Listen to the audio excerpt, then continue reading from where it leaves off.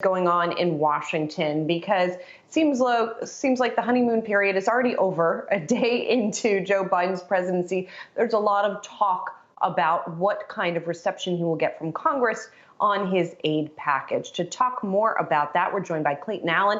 He's Eurasia Group U.S. director. Clayton, thanks for being here. So, what is this battle going to look like? And is it going to be as contentious as some of the early reports seem to indicate?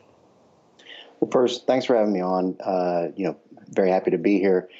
And I think you're right. This is going to be a contentious fight. The honeymoon period for Biden was probably always going to be relatively short. We just went through possibly the most contentious transfer of power in the last 150 years. So it makes sense that he would face a relatively contentious sort of incoming reception. The fight over his stimulus package is really going to come down to cost. And this is a fight that's been going on really since the beginning of the pandemic. You have Republicans and some moderate Democrats, it must be said, who don't like the idea of a $2 trillion plus kind of stimulus package coming on the heels of the $900 billion stimulus package that we moved late last year. And that's really the center of the argument. It's Democrats want to spend a lot of money and they want to do things like push state and local aid. Republicans don't necessarily want to do that. And it's going to be really hard for Biden to get buy-in from 10 Republican senators, which is the threshold he needs to clear to move a stimulus package via regular order. He can move things, though, via reconciliation. That doesn't seem to be his immediate focus, but we think that's where he ends up. And that opens the door to pretty major stimulus going with only 51 Democratic votes. The punchline to all this is that we expect that there will be massive stimulus in the next several months. We're looking at 1.5 to 1.9 trillion as our baseline expectation. And Clayton, maybe stepping back slightly from the details of what Biden may or may not get through, just there seems to be a sense in the last 24 hours of, okay, return to normal. Donald Trump is gone. Now we get back to good old-fashioned Washington, D.C. style politicking. But when I remember what happened in the Obama years, it wasn't like that was all, warm and fuzzy. Nothing got done. That was when the hostility between the two parties really started to ramp up. I'm not sure a return to that really does a whole lot in advancing, your infrastructure bill, Green New Deal, all this stuff. How do you see, do you see more gridlock? It just is warmer and fuzzier because, they do regular press conferences and the president doesn't tweet his kind of, stream of consciousness. I think you hit the nail on the head. Everybody talks about a return to normal, but people seem to forget that the normal for 8 years before Trump was not a lot getting done and certainly not a lot moving very quickly. That seems to be kind of where we're headed. Now, Biden has one major advantage. He does have admittedly narrow majorities in the Senate and the House, and that does let him do a little bit more. I mentioned the reconciliation process. That's really crucial to Biden's ability to push things through, where Obama maybe faced a more obstructionist, certainly Republican House after 2010. You are right, though, that the mood of D.C. is going to change. And you shouldn't overlook that. That is important because it turns down the temperature in the kind of disagreements and sort of procedural and legislative back and forth that we have. If everybody is a little bit more civil, that opens the door to more backroom negotiations. It lets people have a little bit more latitude in working across the aisle. Now, how much of that's actually going to get done? That's an open question. We're still a very divided country. We're still a very divided city. We have a growing progressive left. We have a growing far right.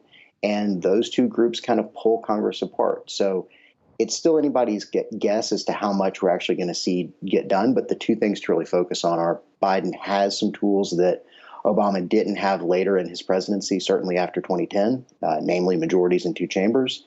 And the temperature of the rhetoric in D.C. will start to come down in the next several months. Both of those are pretty important.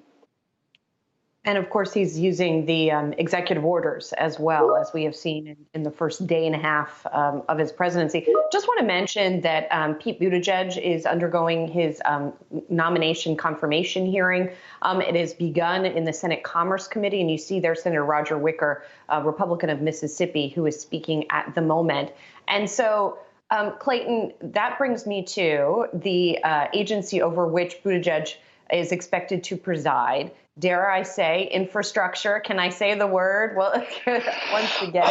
Every week is infrastructure week, isn't it? If the aid bill isn't going anywhere, does infrastructure have a prayer? That's a really good question. And there's an interesting dynamic at play. And this comes down to the people that are the incremental 50th vote in the Senate for Biden. People like Joe Manchin from West Virginia, where, he's much more moderate than the rest of the Democratic Party. He is much more willing to take positions that are outside the Democratic mainstream. So he's someone to really watch on this. Manchin's been a little bit skeptical of some of the more expensive stimulus provisions we've seen proposed. Namely, he's kind of leaving the door open on $2,000 checks and really hasn't said if he supports or opposes them. So he might be someone who says, look, I want the stimulus package to maybe be closer to 1.6, 1.7 trillion, and maybe we can spend money later in the year. The more you spend on stimulus now, it's going to be harder to get that infrastructure package through later in the year because both of these things are going to be deficit financed.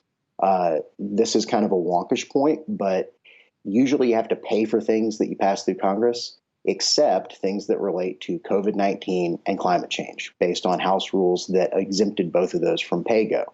So infrastructure and COVID stimulus can both move through deficit financing. And that's something that deficit hawks like, Ron Johnson or other Republicans really hate.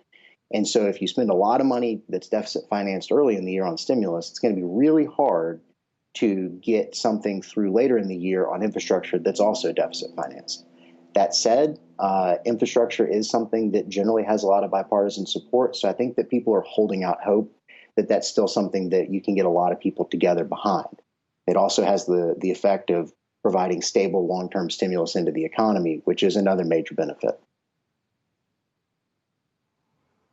Clayton, I have 45 seconds left. The President Biden has not hidden in the early going. He wants to put the U.S. back on the world stage, rejoining the WHO, calling Justin Trudeau today on the docket for him. How do you think, what's his first step with regards to China? Does he bring China closer into the fold, or does he continue the policies put forward by former President Trump? So this is an area where I think that people's expectations might be a little bit out of step with what's actually going to happen. Over the last several months, I think you've had a lot of people say Biden's going to have this sea change in whether it's tariffs or other approaches to China. And the reality is maybe a little bit different. The tariffs that are in place right now probably roll off very slowly, and they only come off in response to some really concrete concessions from the Chinese. In terms of other areas of whether it's cooperation or confrontation, Biden does seem set to take a more aggressive approach than the Obama administration did, certainly. But we expect that Biden's going to lean more on organizations like the WTO and other multinational, multilateral organizations to exert that kind of pressure on China. So aggressive, yes, but aggressive in a different way to Trump. Clayton Allen of the Eurasia Group. Thanks so much for being with us, Clayton. Talk to you soon. Thanks for having me.